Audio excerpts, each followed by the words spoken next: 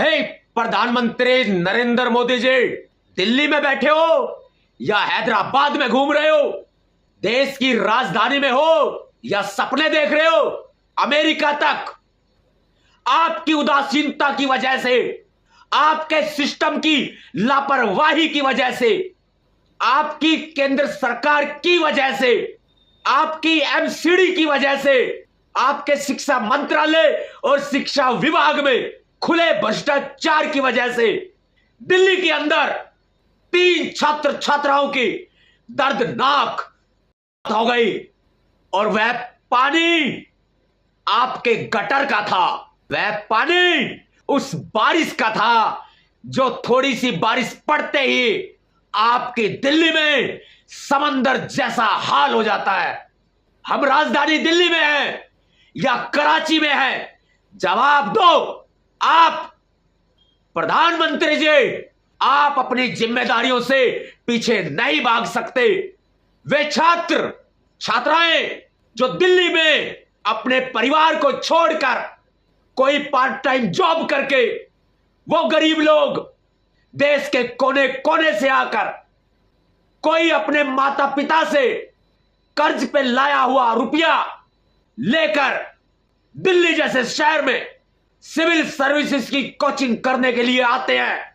लेकिन यह आपका करोल बाग, ओल्ड राजेंद्र नगर, मुखर्जी नगर, सत्या निकेतन मोती बाग आईएएस कोचिंग वालों के लूट का अड्डा बन चुका है।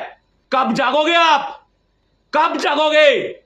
खुद को प्रधान सेवक कहने वाले नरेंद्र मोदी जी, क्या अभी भी आपकी नींद नहीं खुली है?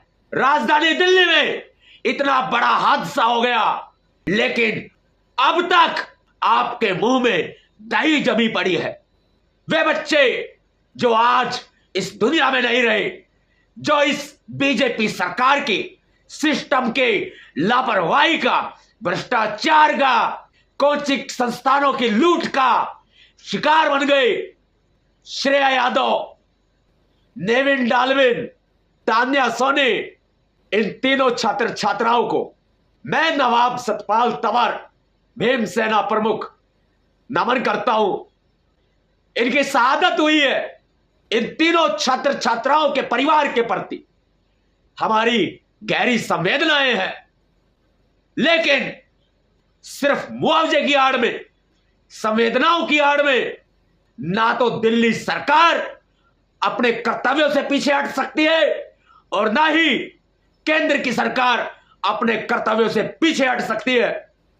राजधानी दिल्ली में लैंड एंड फाइनेंस, जमीन और अर्थव्यवस्था और एमसीडी और दिल्ली पुलिस की ठेकेदारी लेने वाले प्रधानमंत्री नरेंद्र मोदी जी, केंद्र सरकार, बीजेपी सरकार, क्या आपकी जवाबदेही नहीं है? आखिर कौन जिम्मेदार है? इन छात्र छात्राओं का जिम्मेदार कौन है? जितना गुनहगार ये आईएएस कोचिंग सेंटर के संचालक हैं, एक नहीं सभी, और राउज आईएएस कोचिंग संस्थान जिसकी लूटखोरी, भ्रष्टाचार, लापरवाही की वजह से यह हादसा हुआ है, ये अकेले जिम्मेदार नहीं है।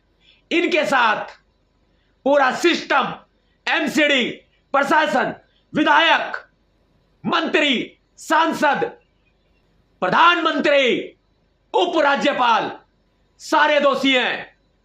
यह भरोसे का कत्ल नहीं तो क्या है? पूरा भरोसा लिए पाई पाई जोड़कर देश के कोने कोने से छात्र छात्राएं या दिल्ली में कोचिंग करने के लिए आते हैं। मैंने खुद ने दिल्ली में रहकर सिविल सर्विसेज की कोचिंग की है, मोतीबाग, सत्या निकेतन में, और सिविल सर्विसेज के इंटरव्यू तक का सफर मेरा बहुत यादगार रहा है और संघर्षशील रहा है। ऐसे ही निशा तंवर एडवोकेट ने सिविल सर्विसेज की तैयारी करते हुए साक्षात्कार तक का सफर तय किया है। हमें मालूम है कि वहां छात्र छात्राओं को कितने कष्ट का जीवन सहना पड़ता है। 25-25 हजार रुपए में एक छोटा सा कमरा किराए पर दिया जाता है, लूटखोरी मची हुई है।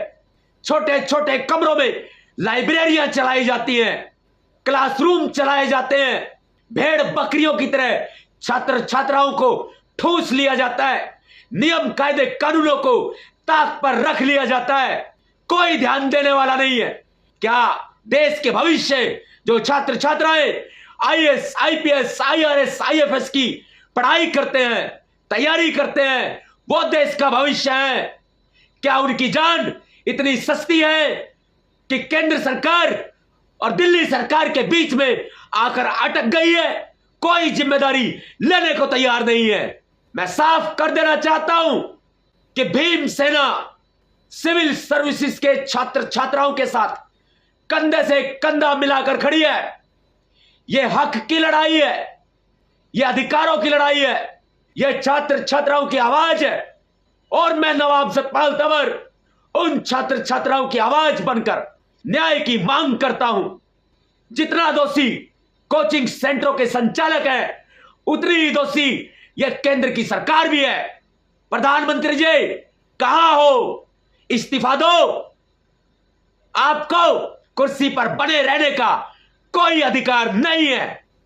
क्या आपने अपनी शर्म को गिरवी रख दिया है? क्या पूरे हादसे की जिम्मेदारी लेते हुए आप इस्तीफा देंगे? दिल्ली के उपराज्यपाल जी, क्या आप इस्तीफा देंगे? क्या आप दोषी नहीं है? मैं सैल्यूट करता हूं दिल्ली की पुलिस को, जो उन्होंने इस मुश्किल समय में बड़ी जिम्मेदारी निभाई है। लेकिन दिल्ली पुलिस के जवानों, बहुत देरी कर दी भाई।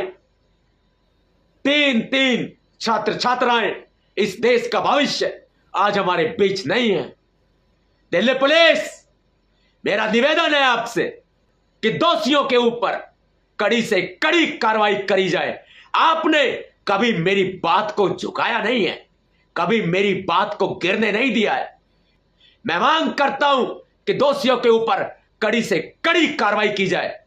और जो ये यूपीएससी सिविल सर्विसेज के कोचिंग संस्थान लूट का अड्डा बने हुए हैं, मौत का खंडार है ये IAS, IPS, civil services, UPSC के कोचिंग संस्थान राजधानी दिल्ली में मौत का खंडार है। इनको तत्काल प्रभाव से बंद कर दीजिए।